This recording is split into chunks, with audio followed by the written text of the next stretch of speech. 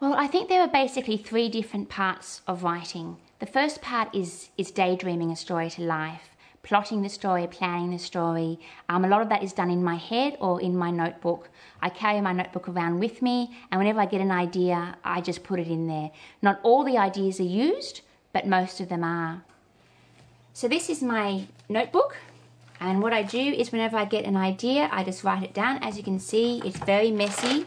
It has all sorts of things stuck in it, pictures, all different ideas. Sometimes I have bits of paper where I wrote notes or maps that I've drawn stuck in there. So this is how I work in my notebook. And then what happens is that when I'm ready to start writing, I type straight into my computer. I love it because my fingers move almost as fast as my brain. And when I start writing, I like to have a very strong idea of my story. I normally know the beginning and the middle and the end, and a couple of very key scenes or plot points.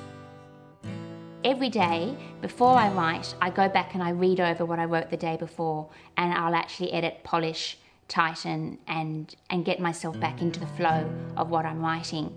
And then I will keep on writing through till I have a complete first draft finished. And this is the first draft. And the first draft is always very messy.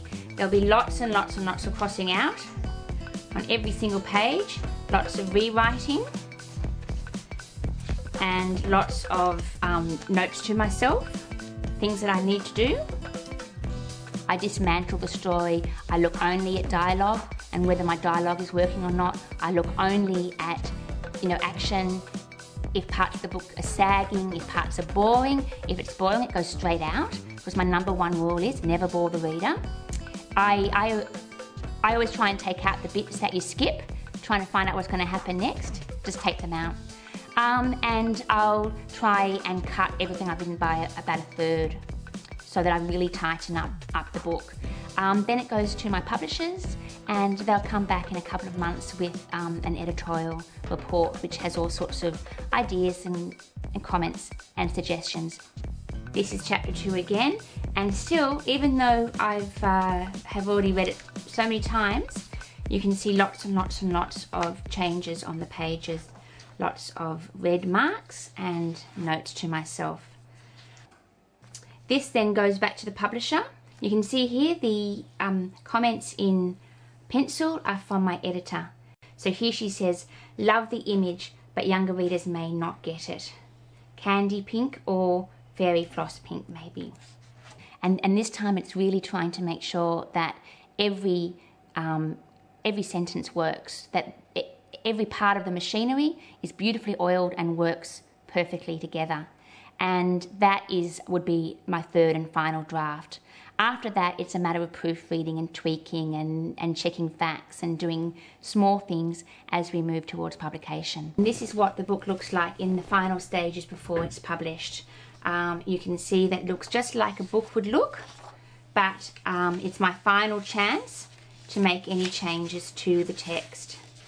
Very few changes are made at this stage.